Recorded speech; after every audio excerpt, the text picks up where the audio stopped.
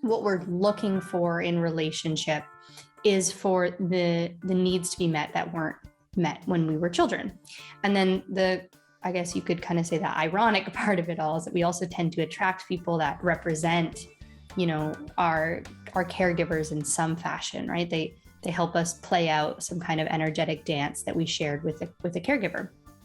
So we'll find ourselves drawn to that kind of person so we can repeat this pattern. This is episode number 497 with Jenelle Annette, Reparenting and Inner Child Work for Healthier Relationships. I absolutely love this topic. I've been talking about it a lot with my clients and even here on the podcast when I've done some live coaching, because I truly feel that reparenting, and we'll get into what that is so essential to really healing some of our childhood wounds. And if we don't do that work, we end up really being much more reactive and not operating from our best, most highest grounded self. And so I'm excited to introduce you to Jenelle in just a moment. I'm Sandy Weiner.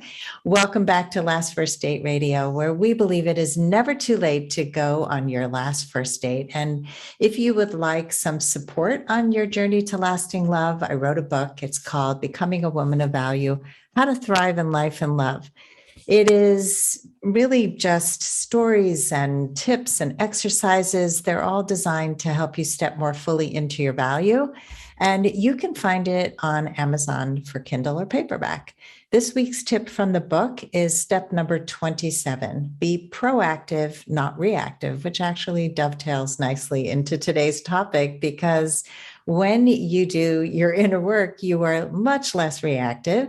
And so if you're going to have a tough conversation, it's easier if you've already set up agreements with somebody than to do the backpedaling that happens often in relationships where you haven't actually done the designing of the relationship. So I challenge you this week to really take the time when you're getting to know somebody to let them know what your needs are. Let them know how you operate best and check in with them about how they operate best. And if you do that, I can pretty much guarantee you that, number one, you'll have so much good information up front about no guessing games, no like, oh my God, he didn't understand, he didn't read my mind and know that I needed my quiet time. You will have much calmer relationships. And before I bring Jenelle on, just a shout out to my Facebook group, Your Last First Date. It is a group for women in their late 30s to, however, single and looking for a really healthy relationship, and is open to guidance along the way. We are not a place to come and just bitch and moan about how horrible dating and relationships are. This is a place to grow. So if that's something of interest for you, and you can also be in a relationship actually and want to do better. So come and join us at Your Last First Date. And now for my guest, Jenelle Annette. She's an inner work guide for women. She founded multiple programs that help women overcome their painful patterns and connect with their self-worth.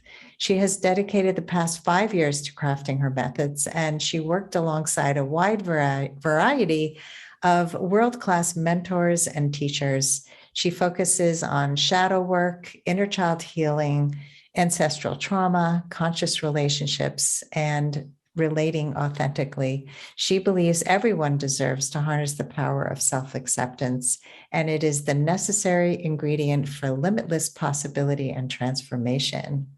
Yum. Thank you. Yeah, yum is right. That's definitely how I feel. We had a conversation a couple of weeks ago just to get to know each other, and I was so impressed by the level of consciousness you have at such a young age. It took me until my late 40s to wake up and know what was possible. And you're amazing. So tell us a little bit about your story, how old you are, and why you do the work you do.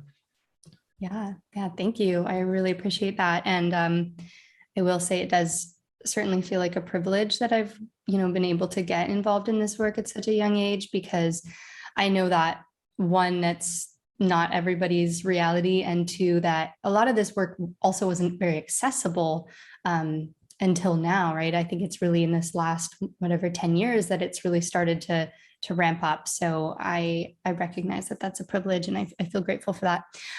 So I am 25, and I have been pretty in this work right until, or right when I was 19. I kind of dove in, and what happened is I was in a really dark place.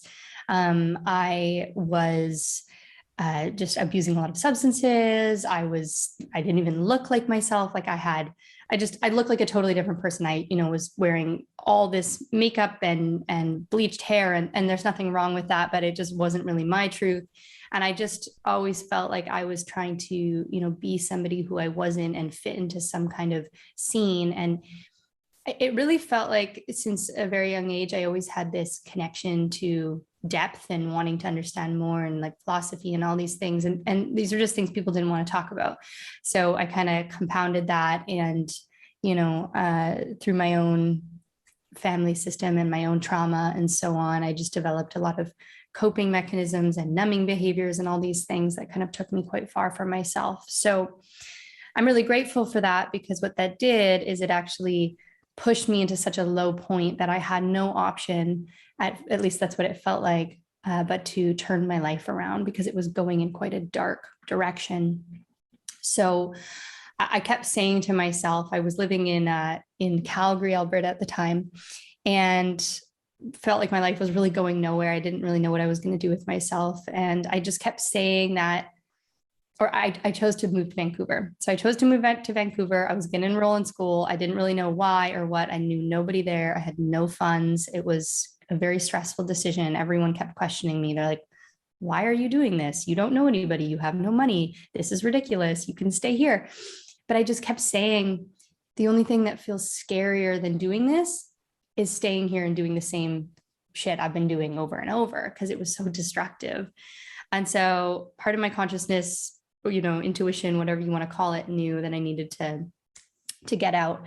And shortly after that, I, started working with some plant medicine that really helped turn my life around. I joined a women's circle, and this women's circle was incredible. It was, I had never really experienced anything quite like it. It was this like nurturing group of, kind of would go between like 15 to 25 women, and we meet every week, and just be like held in all of the, the vastness of life and what's presented to us. And you also got to learn vicariously through all these different women at different stages in their life. You had women that were, had gotten diagnosed with breast cancer. And then you've got women who had gotten engaged. And then you had a woman whose, partner of 5 years passed away, and like just everything you can imagine, getting pregnant, having a miscarriage, like just everything. And it was truly just a very life-changing experience for me. So I got to learn a lot through that. And we did a lot of practices around, the shadow, inner child, reparenting, all of these things. So I got to really do a lot of hands-on work to develop my toolbox, as I like to say. And then that from there just ignited this fire within me of like curiosity and passion. And I just really followed that for the past 5 years, and have since then found lots of different amazing teachers, and, worked with them in many different kinds of formats. So yeah, I mean, there's many more chapters to it, but that's kind of the grand overview of like how I got here, and how I got involved in the work that I offer today. An incredible story. And I can relate to not all of it, but to the part where being stuck was too painful. There's some people are motivated by stuckness, and they don't have to know the answer to what's next. And other people go back to stuckness even after crisis. And I've seen that so many times, where I had a client many years ago who was obese, unhappily married to a man that would never be the right partner. Her house was cluttered beyond, just so chaotic. Everything in her life was chaotic. She didn't like her job. She didn't feel valued in her life. so many things that we were working on. And she ended up with having to go for surgery, like an emergency surgery. And it was really scary. And she said to me, this is my wake-up call. I am going to make changes in my life, and I'm not going to go back to the life I had. I'm going to make big changes. And she went right back to that life because it was too much. It was too scary. Many, many, many years later, she did get divorced. It became impossible to live with her spouse, and she finally felt valued at her work, and now she's in a good relationship. But it took a long, long time. She's probably close to 50. And so to be as young as you are, and you were 5 years ago, 6 years ago, Yeah. it's really quite remarkable. Yeah. Yeah. Thank you. Again, I really see it as a blessing and kind of a serendipity too, because the way that I, walked into this life, it was just like one decision to follow my intuition and to go, and then everything else unfolded from there. And it's really nothing that I could have ever foreseen. But I do believe that in me doing this work so young, and because I believe in this work so deeply, that I want to be part of the wave, just as you are as well, of like bringing this work to the masses, like bringing this work to the public. I mean, at just a grander scale, because it's so necessary and healing and helpful. And, it just blows my mind that so many people go their entire lives without feeling seen and heard and supported and validated and loved in the mess that life is. Like you're explaining with your client, like it must have felt so isolating to be in that. And I do believe that, there's all this change we can do on our own, but at the end of the day, community and having people around you to lift you up when you're in a dark place and remind you of your worth and just see you is so valuable. And it just really breaks my heart that people don't have that. It kind of seems like so much of the time when people are sharing about their depths or their darkness or their hard times, it's like somebody's like, this is me and all the things I'm going through. And then the other person's like, well, this is me and all my stuff. And they're like, well, what about me and my, and it's like, everyone's just trying to be seen. So no one's actually seeing each other. Yeah. And it's so hard, because we need that so much. It's so healing to be witnessed. Yeah. Totally, to be witnessed. And it is rare because we're so in need of witnessing. We can't even hear the other person. Yeah. So yes, community is so important. And when you have transformation, to be able to pay it forward, I think is the greatest gift. And it's like, I don't think everything happens for a reason. I think we make meaning of things and we find reasons. And you found purpose and you found meaning and you're paying it forward, which is really beautiful. Yeah. Yeah.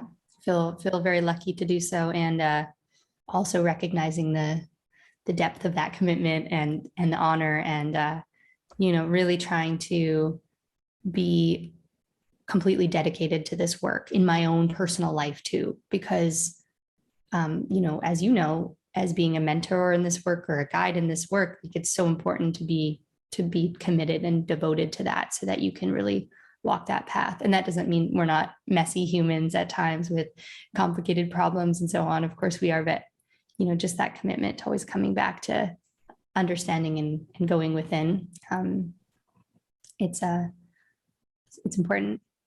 Yeah. And a privilege. Yeah. Yeah. And I love the integrity piece because I think a lot of people are like gurus, but they're not actually living that life that you would want to emulate. And you also are humble enough to say, I mess up. And that's what makes you human. Walking your talk is saying, I'm not perfect. I'm still learning. And I feel that way too. I've made some big mistakes and done some things that I would not repeat again, but being able to then ask for forgiveness, to admit that you're wrong, admit that you still have a lot to learn is also part of this whole process of living our best life, like really stepping into our value and our self-worth, as you say. Yeah. And I think without that, if we try to say like, you get to a point in this work where everything is just perfect and sunshine and rainbows, you're setting this impossible standard. And then everyone who's trying to do this work is going to feel like a failure. Because they're like, well, this person's got it all figured out and I don't. So I think it's so important that especially leaders in this space are willing to say, yeah, I make mistakes. I repeat, painful patterns. I do this and that. And just to say the difference is, and this is what I like to see it as, is I'm okay saying, hey, I repeated this thing that I know wasn't too great. And, I kind of saw it happening, but here I am. But I'm just, the commitment is to always look back. The commitment is to always ask questions. The commitment is to always show up and try my best again and again. And things do inevitably shift. They really do. So I think it's like just being real about that process for people so that when other people are embarking on this journey, they don't feel like they're just lost or incapable, right? We got to like lead with that vulnerability there. Yeah. And it feels too big sometimes to start, that there's so many things I'm working on. Like the client I just mentioned, she had so many things going on in her life.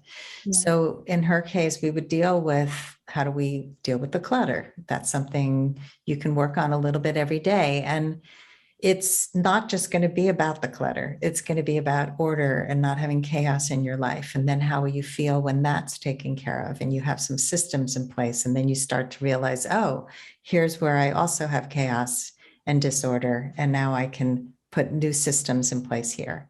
Yeah. And, and it reminds me of ancestral trauma because I actually had worked with a few members of her family and there was stuff that was passed on for many generations, and it can be really hard to break. So let's talk about that. And what is ancestral trauma and how does it play out in our lives? Yeah.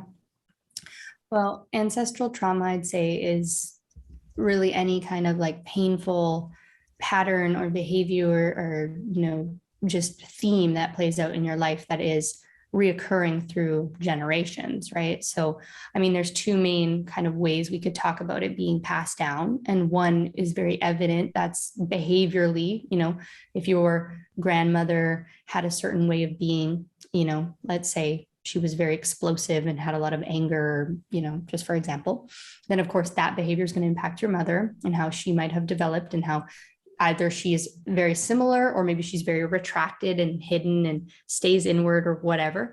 And then of course that way that she's adapted is going to impact you. So we could just talk about the conditioning that happens through behaviors and ideologies and trauma and so on. And then there's also the side of epigenetics, which I won't nerd out too much on everybody right now, but it's, the study of how trauma could actually be passed down in the genes and specifically how different genes express themselves. So, a very simple example of this would be, they did a study with mice and they would put out this cherry blossom smell, and then they would shock the mice. And then when those mice had pups, the pups would have a fear and anxiety response when they smelled cherry blossoms, even though they weren't getting shocked.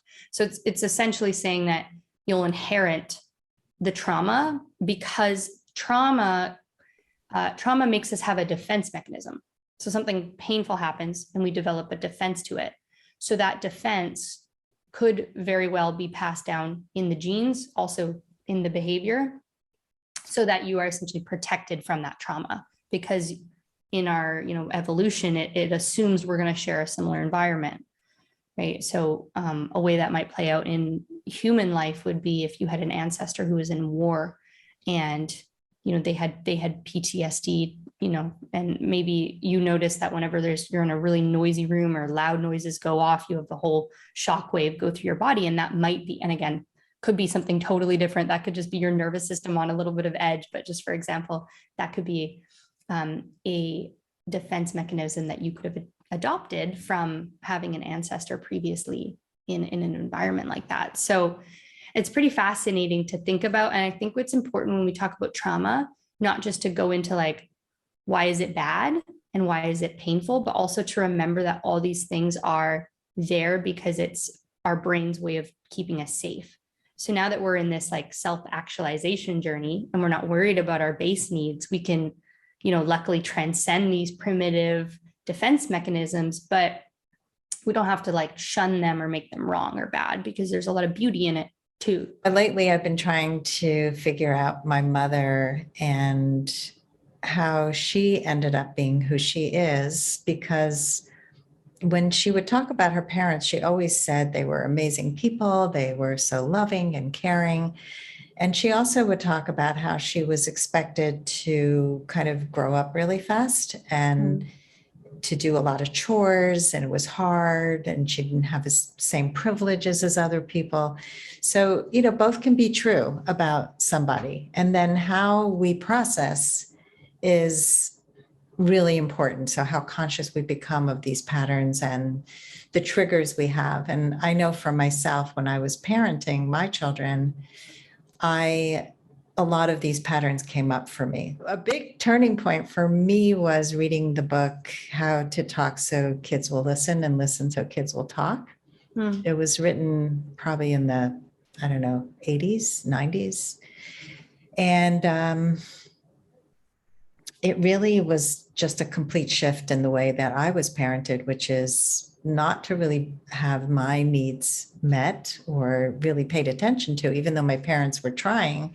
They didn't really understand emotions and needs. And it was about, I'm the parent, that's why you do this. And I really thought, you have authority as a parent, and that's what you're supposed to do as a parent, is tell your children. And if you don't do it, then you get a timeout. And my kids were really oppositional. They were so stubborn, and because I was also raising them to speak up. All this stuff was happening, and I realized I had to listen to my kids. I had to really find out what was going on for them, and to really put my ego aside, because it wasn't about powering over them. It was really about co-creating a system that worked in our family. And I think that, whether we're raising children or raising ourselves, it's really important to take a look at, like, what am I unconsciously doing? And so let's talk about reparenting and childhood wounds and what we do. Like, these wounds come up, like you talked about trauma and how we get these defense mechanisms. And often it's the childhood wounds that are talking in relationships. When we're really triggered, we speak from that wounded place, and we're not behaving like an adult. We're behaving like a toddler, or wherever we got stuck. So let's go into that. Let's take a quick break to hear from our sponsors. This episode is brought to you by Amazon Music Unlimited. You can listen to over 70 million songs and thousands of playlists and stations. Plus, you can now stream your favorite podcasts, like Last First Date Radio. You can listen to any song, anytime, anywhere, on any of your devices, your smartphone, your tablet, your PC or Mac, Fire TV, and any Alexa-enabled devices like the Amazon Echo. Get Amazon Music Unlimited for free for 30 days. Just head on over to getamazonmusic.com/lastfirstdate to learn more and claim this offer. I mean, just this conversation around needs and learning how to really like listen to your children and so on is really valuable and plays into this, because a lot of the time what we're looking for in relationship is for the needs to be met that weren't met when we were children. And then I guess you could kind of say the ironic part of it all is that we also tend to attract people that represent, our caregivers in some fashion, right? They help us play out some kind of energetic dance that we shared with a caregiver. So we'll find ourselves drawn to that kind of person so we can repeat this pattern.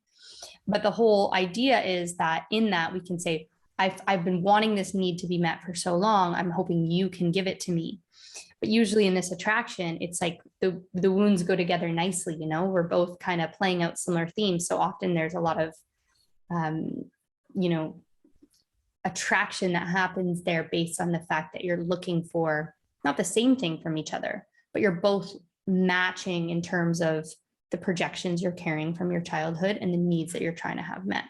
So a really simple way to just explore this for everybody listening is just to ask yourself, like, what are some of the main things that I really, really always wanted when I was a child that I didn't feel like I got? And sometimes this takes a bit of exploring if you haven't looked at those early relationships before. And, this could be physical needs, this could be emotional needs, and also look on like, where did you get a lot of validation, and where did you have that validation taken away? So for example, if you were to be really, really loved and praised when you did well in school, but then if you had a mistake or you failed at something, even though you maybe tried, and that love got taken away, you're going to most likely adapt in some way that you're always trying to like perform or achieve or do whatever you need to do to continue getting that source of love. Right. And so the need underneath that might have been a greater sense of just love and acknowledgement, even when I'm down, even when I'm failing, even when I'm messing up. And, on another example, it could be something like when you were really sad and your parents maybe didn't have the emotional capacity to help you regulate your emotions, and they might have kind of shut you out or just been avoidant or whatever, and you just went to your room to cry. Maybe there was a need there that you actually really wanted to be seen and supported and held, and through your grief, through your sadness, right? And then you could, of course, draw those parallels of like, now as an adult, do I have a hard time processing my emotions or whatever, right? So you can kind of see the whole spectrum, and then that will all play naturally into the romantic relationship as well, and how you might interact with your partner. Yeah. Yeah, we just unconsciously do all this, and I want to keep repeating that because I think, that you look back and you go, wow.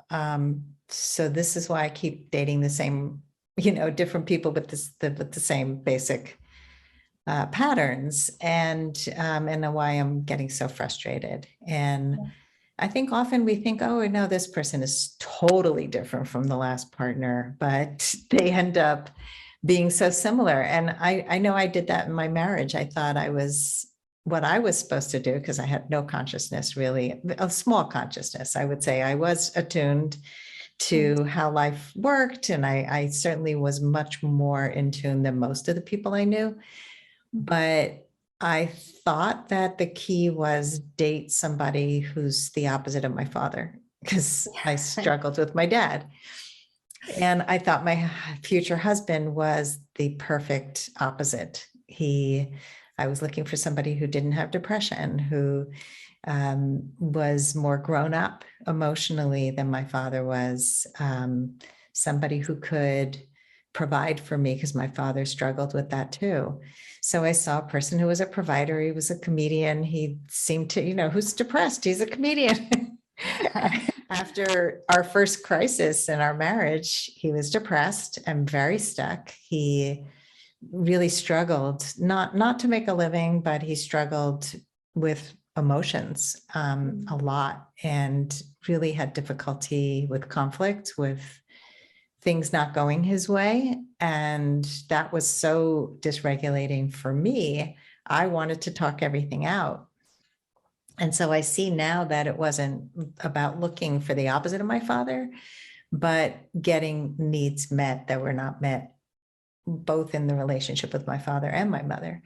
And, and so there's a lot of people are drawn to charismatic people who are,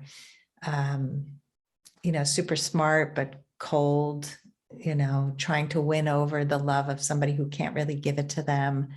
So I'm wondering if you can share some examples from your own experience, or clients, or even your own life, if you would like to do that, to have us really understand how this works and what reparenting looks like. Yeah. So, just on that note of the trying to go in opposition to your attraction, I think I've personally done this before, where I normally kind of dated a certain kind of guy, and then this other man came into my life and he was totally opposite. And the thing is I wasn't actually that drawn to him. I tried to force something because he seemed like, this is what I should be attracted to. This seems really healthy and so on. And it wasn't really on all the levels, but I almost tried to force myself into something that I wasn't drawn to, because I thought that was doing the work, or doing what was right. And so I learned this very powerful lesson there, that even if the pattern that I was drawn to is dysfunctional in a way, because in some sense it is for everybody, right? We're playing out these childhood wounds. It's always going to have an element of dysfunction. That's really what relationships are here for. They're teachers. But we can't avoid that. We can't avoid our attraction.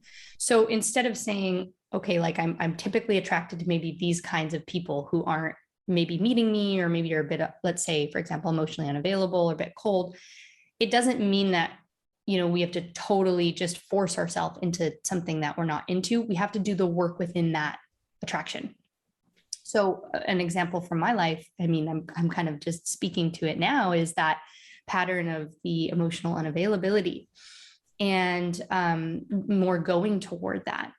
And for me, it's been this big, big journey of, like I said, doing the work within that container, and also looking at my own emotional unavailability that's being mirrored. Because for anybody that is really attracted to people that are emotionally unavailable, there's often this unconscious connection to it, because you yourself don't have to be emotionally available. If you know somebody's not going to bring you into those depths, if they're not going to meet you with their heart wide open, you don't have to do that either. So it's understanding your part in that attraction. And then for me, my work is always to open my heart more, lean in more, speak my truth more. And whether that changes the energy of that dynamic, sometimes it does, and sometimes it doesn't, but that is what gives me my answer, right? Because there's going to be partners that are going to be willing to meet you in the work, right? Whether they need to lean in or they need to pull back, right? If they're a little more anxious, they might need to pull back and come into their center. If they're a little more avoidant, they might need to lean in with you. But there's going to be somebody that's going to be willing to work through their stuff. So I think it's important that even if we're attracting a partner that is quote unquote a pattern, or it's not good, we're not enjoying it, we need to assess, how am I co-creating this pattern? What do I need to do to counteract that? And then from there, how they respond is kind of your answer as to, is this somebody that's worthwhile investing in? Because they're either going to, like I said, meet you in that work, or they're not, and they're going to run away. So that's kind of how I like to see it. And I mean, it's a journey. Sometimes you think you're so done with something, and then you find it rearing its head in people you would have never expected, like you said. But I've learned to shift my perspective, because it used to feel so daunting and like, oh, this again, I don't want to do this again. I've done this many times. I've worked through this, but I now see it as just countless opportunities to heal and meet myself and go within and like learn to love myself more and express myself more and feel more trusting of life and other people too. So, yeah, I've made peace with that. The story I was just sharing about my ex-husband is that story. I purposely tried to fall in love with the opposite pattern that I had fallen for before, because it had been heartbreaking and I had no idea how to heal myself at that point. And that container was really helpful to me. I learned a tremendous amount. It was painful, but I learned a tremendous amount. And it's why I ended up in this profession, because I am not alone. You are not alone. We do this, and we have to really look at ourselves and our part in order to heal, in order to change the unhealthy patterns. And I love what you say about the container. The relationships are where we do the work. We do some of it on our own, but we do a lot of it in relationship with others. And whether it's even in friendship, really being more truthful, showing up more, expressing what you need, who you are, and being honest instead of trying to people please and morph into something you're not in order to make something work. The answers lie within, like you said, the way somebody responds to you being you authentically is going to tell you a lot about that person. And being able to work through conflict is so critical to growth. It's not about avoiding it like most people want to. You just stuff it down, stuff your feelings. I mean, I see with clients, all my client calls today were people dealing with emotions and not really fully expressing what they needed. It was all about either being angry at the person for making demands on them, but not really being vulnerable and emotional and expressing what they needed and the effect the other person was having on them. And it's just critical work. It's such important work. It's hard work. It's really hard. And in unhealthy relationships, it becomes a full out battle of egos, and nobody walks away happy. So it's just important to practice these safe relationships where you can say, look, I had a moment. I lost it. I'm tired. I took it out on you. I'm sorry. Can we have a do-over? Can we talk about this? Or my feelings are hurt and I need to express that. Yeah. Yeah. I think conflict is actually a gateway into connection. And it's like you said, so many people would rather just avoid it and not really go into it. But I've actually had in some of my relationships, and I'm really, romantic and friendship, when there has been a big conflict and we've actively worked through it and talked through it, the places that I've gotten to with people is just like some of the most heart-opening, expansive experiences I've ever had in my life. Like I really think because underneath conflict is often a lot of anger and defenses. And I mean, anger is a beautiful emotion. I don't want to shun it, but often what's underneath that is sadness and hurt and deeper things, right? Deeper themes that are at play apart from just what's going on in the surface. So when we actually have a safe space to like go into that and talk and open, I've found the deepest connection lies there, right? And so it's like being willing to like go through the conflict and do your best to, of course, set your reactivity aside and do all of these things. But nonetheless, the more and more we can do that, the more we can show ourselves vulnerably and authentically and be seen by other people, and then leave that conflict actually feeling loved and connected and seen rather than separate. It helps heal really deep stuff, because then it says, I can still bring my anger and maybe some of my messiness and some of my whatever's there, right? Maybe even if I feel a little bit of shame about how I reacted or whatever, I can still leave this conflict or leave this dynamic feeling loved, feeling seen. And that helps me realize that me and all my humanness is lovable, right? Like we help rewrite our lovability stories when we enter into that together, and we get to be loved through our mess. And that's, yeah, for me, it's been really profound. I feel very grateful to have a lot of friendships and relationships where everyone's willing to do that work with me and really get to the bottom of it, because what's on the other side is always very eye-opening and healing. Definitely. Yeah, that's such a beautiful thing. And I think so many people are just petrified of conflict. It's hard. It's something you want to avoid.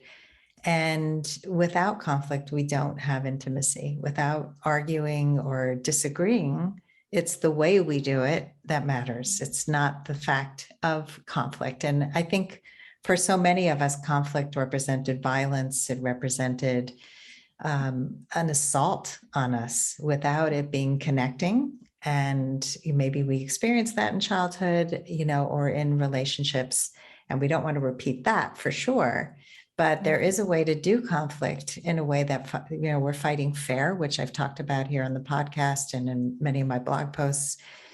So let's talk about reparenting, and as a gateway to heal some of these wounds. What does that look like? What is that?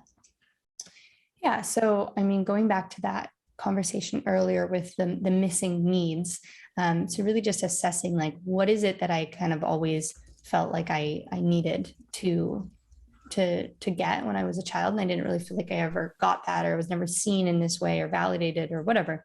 And so in exploring that, you have an opportunity to understand where you need to then step in as your own inner parent and meet the needs of your own inner child. So if you, let's say, for example, needed to be validated in your sadness and feel like it was safe to be sad as a child, you then get to decide, I'm just using an example, you then get to actively be the parent for your inner child. And when you're starting to feel sadness, you can go in and practice self-soothing and carving time out to really be with that feeling, or making an active effort to do check-ins, like, how am I actually feeling today?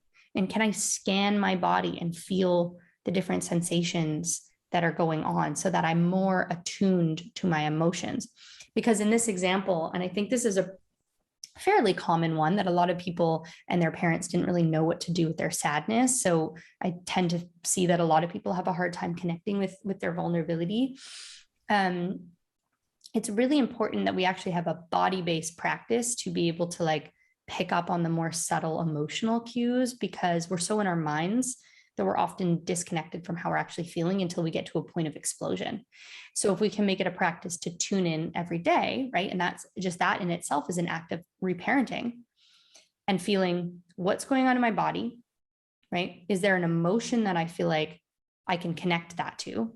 Right. So we look at the sensation, you look at the emotion, and then you go, what do I think is the need in wake of that emotion? Like, what is the base need? And then how can I actually go out and get that need met for myself today? So really, reparenting is being self-honoring, is taking ownership for your own needs, and taking action in terms of actually getting those things met, so that you and your inner child feel more safe, feel more supported, feel more seen and held, so that you're not putting all of that out into the world. You're not putting that expectation for other people to like save you or to meet all your needs out into the world, and you can actually be self-resourced and self-reliant and so on. Because when we're in relationships, if we think that, you know, everyone is going to be there to take our pain away and solve all our problems, we're just going to be in codependent messes for the rest of our life, right? So reparenting is this really important process. And that's not to say that, you know, your partner can't help you get your needs met. Absolutely, they can. But we need to ensure that first and foremost, we're able to meet our own needs, so that, again, we don't become reliant, or we don't feel, you know, not whole in our own selves. So that's kind of the basis of it. And I think it can be done step by step, right? Like gentle little step. Yeah. Small little steps that all add up right together. Because a lot of the time people can get really overzealous and be like, I'm going to, you know, implement this 40-minute morning meditation routine and go to the gym 6 times a week. And we set all these intense goals, and then often we end up, you know, not quite meeting that. So I think it's really important with this work to be gentle and to go slow, and just to pick one thing to start with, and to really also celebrate and honor yourself along the way, because most people struggle with that. Most people struggle with feeling like who they are and what they do is ever enough. So I think also practicing self-validation is pretty important for everybody here, along the lines of reparenting. I love that. Mm-hmm. So for anybody who wants to go on their last first date, go gentle and slow, reparent yourself, like really heal those inner child wounds, because otherwise you're going to keep repeating patterns. You're going to expect somebody else to heal you, which is really unreasonable. When I'm dealing with a client, I see that their partner might kind of not be taking care of their stuff and then take it out on them. Mm. And it's also important to recognize that if somebody's doing that to you, to, you know, recognize that they're in pain, but that it's not fair to take it out on you. Like it's their job to work through what's going on so that you can support them. It's not your job to carry it. And I think we often feel we have to carry the load of everybody else. And yeah, so be kind to yourself and others. I love that. Jenelle, where can people find you? Most of my work at the moment is on my Instagram, which is the handle at Jenelle Annette. In my Instagram, you can go into the link in my bio and you can find different resources and things like that. I do have a free mini course that you can take. It's called Healing Painful Beliefs. So there's that, which you can access directly through my Instagram page. And I can share a little bit about that. Yeah, please. Okay. So Healing Painful Beliefs is a short mini course. It takes approximately an hour and a half to go through, and it's interactive. So I'll be sharing just some teachings and then walking you through different processes to help you self-apply. And it's really all about my framework, which helps people understand their belief systems, how that actually plays out in their day-to-day life, and then how to actually break through that and transform that using both the mind and the body and different embodiment practices so that you can really become more self-expressed. I'm really all about, yes, let's, psychoanalyze. Yes, let's look within. Let's ask these big questions. But I also know that a lot of the integration happens in the body and in our expression, because so much of our communication is also body language and, tonality and all these other expressive things. So I'm really about starting off with the mind, exploring through the mind, and then integrating in the body. So healing painful beliefs is just a light guide in all of that work if you're curious about that. That sounds really valuable. It's such important work. Thank you for coming on the show today, Jenelle, and for sharing the wisdom of your short amount of years, but incredible age in wisdom. Thank you so much for having me here. It's such an honor. And thanks everybody for listening. If you love our show, the best thing you can do is share it with others, rate and review us, give us a 5-star review, write a review. It's always something I'm really grateful for you for listening. And as always, here's to your last first date. If you are ready to get unstuck, gain new tools, become more empowered, and finally find your last first date, I'd love to talk to you. Fill out an application to be considered for a complimentary half-hour love breakthrough session at lastfirstdate.com/application. That's lastfirstdate.com/application. I look forward to talking to you soon.